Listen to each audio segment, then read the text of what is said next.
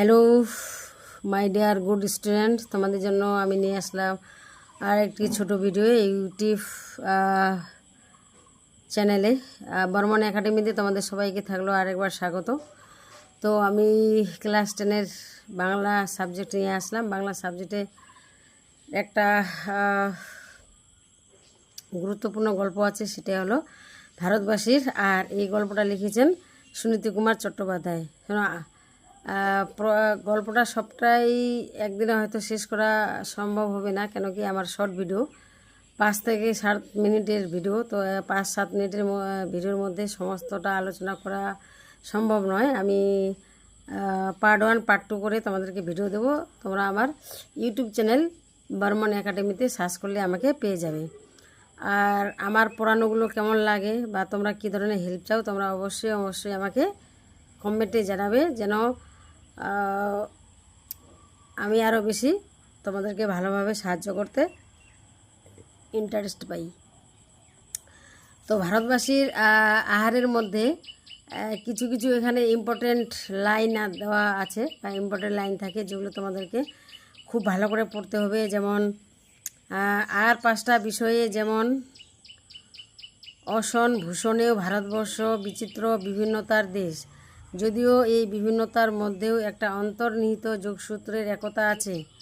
প্রাকৃতিক আবেষ্টনী, জলবায়ু, খাদ্যবস্তুর সমাবেশ, এসব ভারতের বিভিন্ন অঞ্চলে ভিন্ন ভিন্ন হওয়ার ফলে পাঞ্জাব, উত্তর ভারত, বাংলা, মহারাষ্ট্র, দক্ষিণ ভারত, নেপাল প্রভৃতি অঞ্চলের খাবার আলাদা আলাদা ধরনের। তোমরা এটা অবশ্যই জানো, যারা তোমরা জিওগ্রাফি পড়ো, যেমন আঞ্চলিক ভূগোলটা যেমন আছে, আঞ্চলিক ভূগোলটা পড়লে তোমরা জানতে পারবে যে এক এক জায়গার জলবায়ু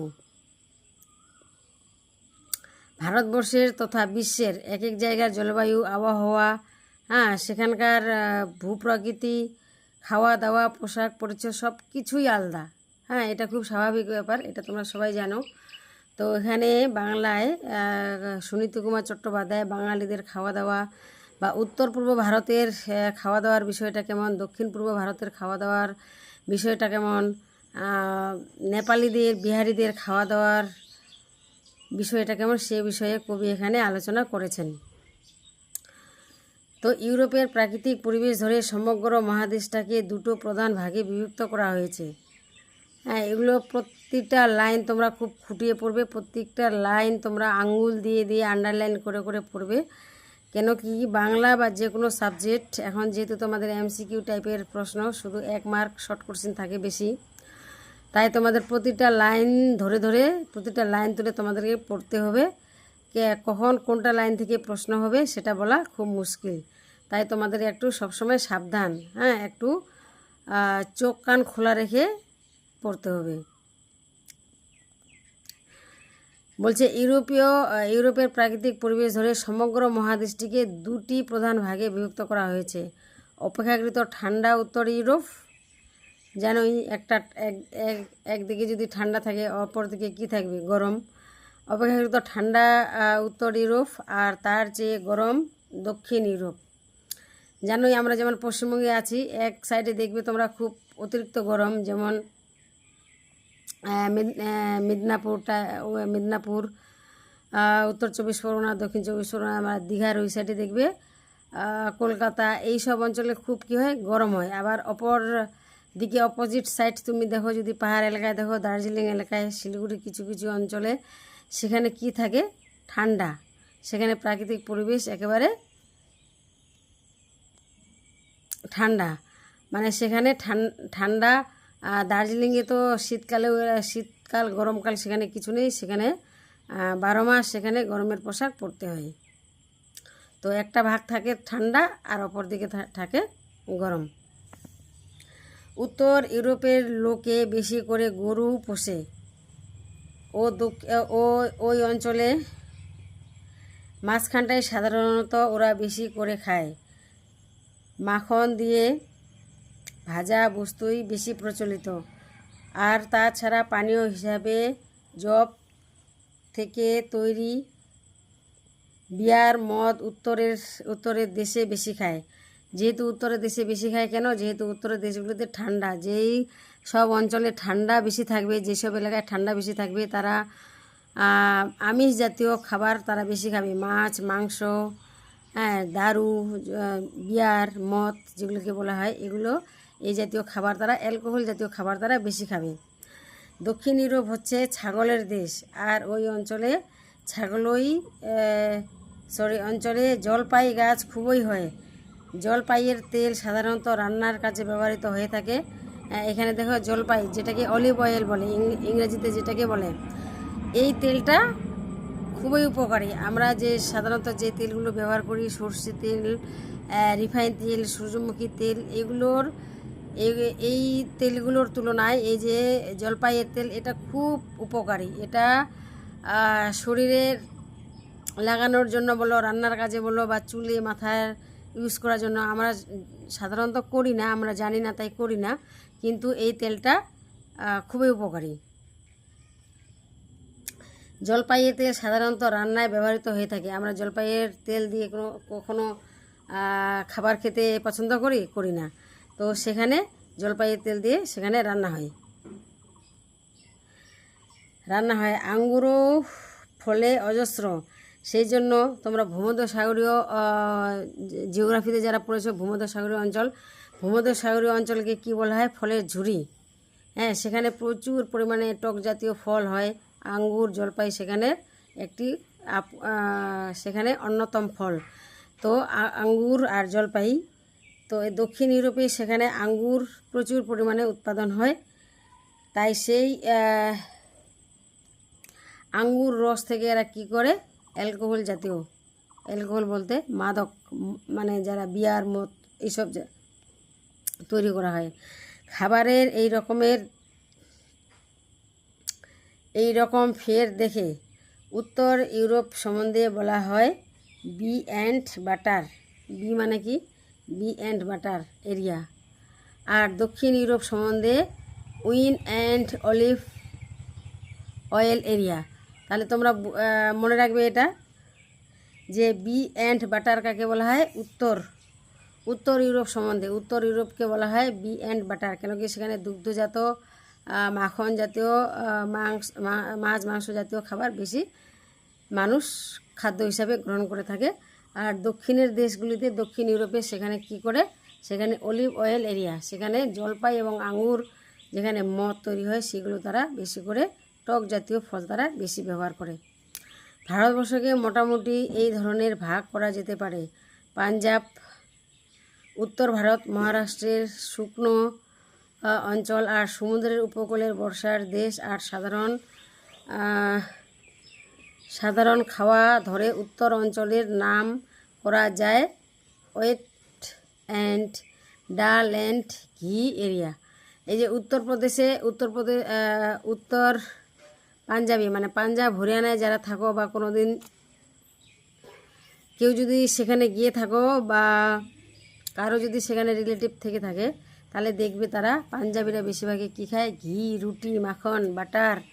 হ্যাঁ, রুটি, ওরা ভাত তেমন খুব একটা খায় না। ভাত সাধারণত পছন্দ কাদের? বাঙালিদের। কিন্তু আদার কাস্টের, ভারতের যত সব আদার কাস্ট আছে, আদার স্টেটগুলো আছে, তাদের বেশিরভাগই পছন্দ হচ্ছে রুটি। তার মধ্যে পাঞ্জাবি আর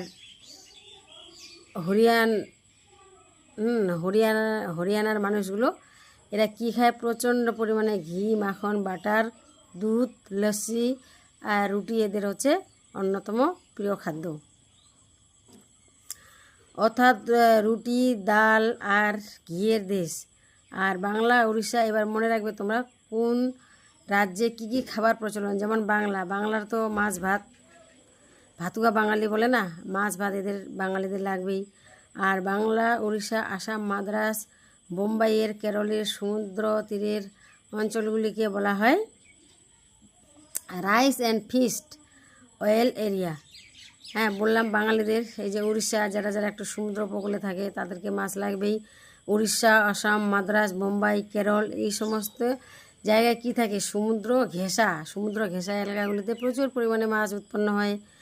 সমুদ্র থেকে প্রচুর পরিমাণে মাছ পাওয়া যায়, টাটকা মাছ একেবারে, যার জন্য এইগুলো হচ্ছে এদের প্রধান খাদ্য। উড়িষ্যা তোমরা অনেকেই গিয়ে থাকবে বা নাম শুনেছো, উড়িষ্যার কাছে পুরী, হ্যাঁ, বঙ্গোপসাগর, সেখানে এই জন্য মাছ উৎপাদন প্রচুর পরিমাণে, সেখানে মাছ উৎপাদন করা হয় এবং সমুদ্র থেকে অনেক মাছ সংগ্রহ করা হয়। এই জন্য আসাম, পশ্চিমবঙ্গ হচ্ছে কেরালাও সমুদ্রের ধারে, এই জন্য এখানকার অধিবাসীদের প্রধান খাদ্য হচ্ছে মাছ, অর্থাৎ ভাত মাছ তেলের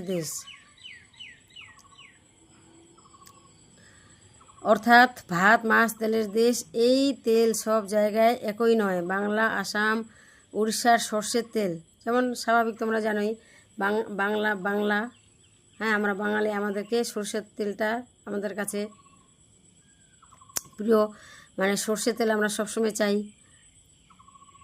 এই তারপর হচ্ছে সর্ষের তেল। এবার অন্ধ্র, কর্ণাটক, তামিলনাড়ু তিলের তেল, এরা আবার তিলের তেল বেশি ব্যবহার করে।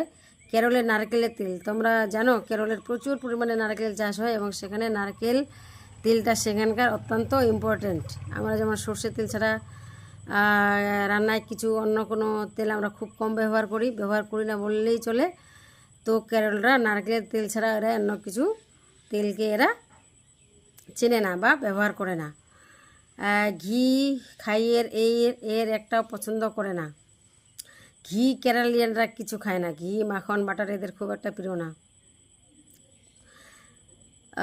পছন্দ করে না। আবার বলছে,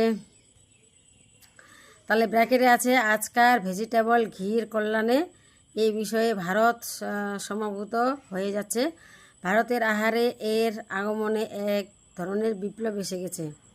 তারপর পরের প্যারাগ্রাফ দেখো, খাওয়া দাওয়ার পার্থক্য অল্প বেশি ভারতের বিভিন্ন প্রান্তে থাকলেও কতগুলি ব্যাপারে এই খাওয়া দাওয়াতেও একটা নিখিল ভারতীয় সাম্য দেখা যায়। ভারতীয় খাদ্যের প্রথম কথা, এতে নিরামিষের আধিপত্য, মানে প্রাচীন ভারত থেকে মানুষরা কি করত, নিরামিষ খাবার ব্যবহার করত। বৈদিক যুগ থেকে মানে ধর্মশাস্ত্রের ক্ষেত্র থেকে যদি বলি, আধ্যাত্মিক দিক থেকে যদি আমরা বলি, তাহলে ভারতবর্ষে কেবলমাত্র নিরামিষ আহার বেশি আধিপত্য ছিল, নিরামিষ আহারই মানুষ বেশি করত। ভারতের সাধারণ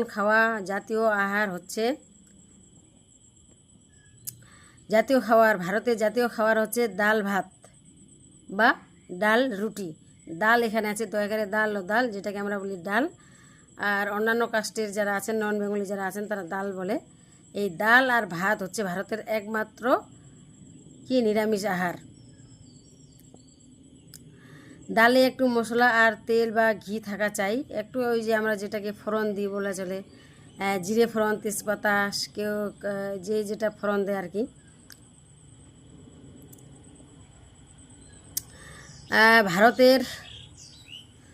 ভারতের ন্যাশনাল ডিশ হচ্ছে, জনপ্রিয় খাদ্য হচ্ছে ভাত আর তরকারি। এটা সবাই জানো, ভারতবাসী যারা আছো।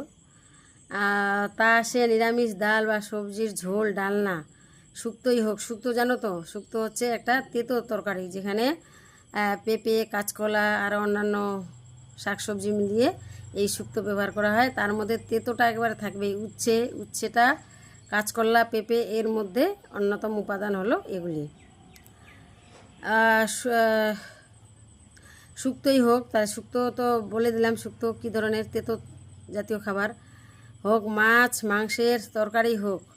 আন্তর্জাতিক খাদ্য তালিকায় ভারতবর্ষ থেকে দুটি জিনিস গৃহীত হয়েছে। যেমন আন্তর্জাতিক ভারতবর্ষ থেকে তাহলে কি খাদ্য গৃহীত হয়েছে? প্রায় সব দেশের রেস্তোরাঁয় এই খাবার কখনো না কখনো পরিবেশিত হয়ে থাকে আর লোকে আগ্রহ করে খায়। কোন খাবারের কথা বলা হয়েছে তাহলে এখানে? ডাল, সবজি, তরকারির কথা বলা হয়েছে। এটা আন্তর্জাতীয় খাদ্য লেভেল হিসাবে স্বীকৃতি পেয়েছে। সে দুটি হচ্ছে রাইস অ্যান্ড কারি, হ্যাঁ, ডাল ভাত যেটা, অর্থাৎ মশলা দেওয়া তরকারি, আর তার মধ্যে বাঙালিদের মধ্যে তো মাছ মাংস এটা থাকবেই, আর ভাত আর কারি। চাটনি হচ্ছে বাঙালিদের একটি অন্যতম প্রধান খাদ্য উপাদান, অর্থাৎ মশলাদার টক মিষ্টি চাটনি। মশলাদার জানোই তো, চাটনি কী কী দিয়ে বানায়, আম চাটনি হতে পারে, আনারস চাটনি হতে পারে, অনেক কিছু। এছাড়া দক্ষিণ ভারতে ঝাল টক ডালের স্যুপ, যেটাকে দক্ষিণ ভারতে, যেটা সাউথে, কেরালা, চেন্নাই, অন্ধ্রপ্রদেশ, যেটাকে সাম্বার বলে, সাম্বার স্যুপ। এখন আমরা যেটা মোমোর স্যুপ হিসাবে ব্যবহার করি, ওই স্যুপটা আবার না, এরা হচ্ছে ডালকে এক ধরনের সাম্বার স্যুপ ব্যবহার করে, যাকে রসম বলে। দক্ষিণ ভারতে এটা রসম বলে। সেটাও একটি ইংরাজি পছন্দ খাদ্য হয়ে দাঁড়িয়েছে।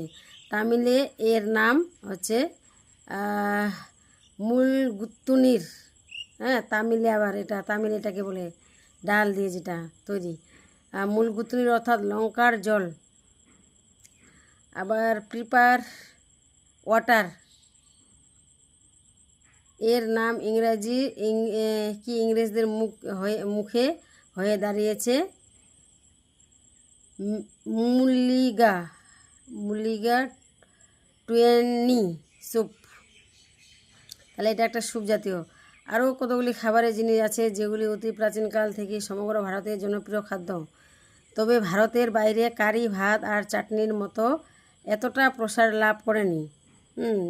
চাটনি মানুষের কাছে খুব প্রিয়, সেটা বাঙালি হোক এবং নন বেঙ্গলি হোক। যেমন খিচুড়ি, এটি সর্বপ্রথম প্রচলিত, কিন্তু ভারতের বাইরে ডাল তেমন চলে না বলে খিচুড়ি বাইরের লোকেদের পছন্দসই হওয়া কঠিন।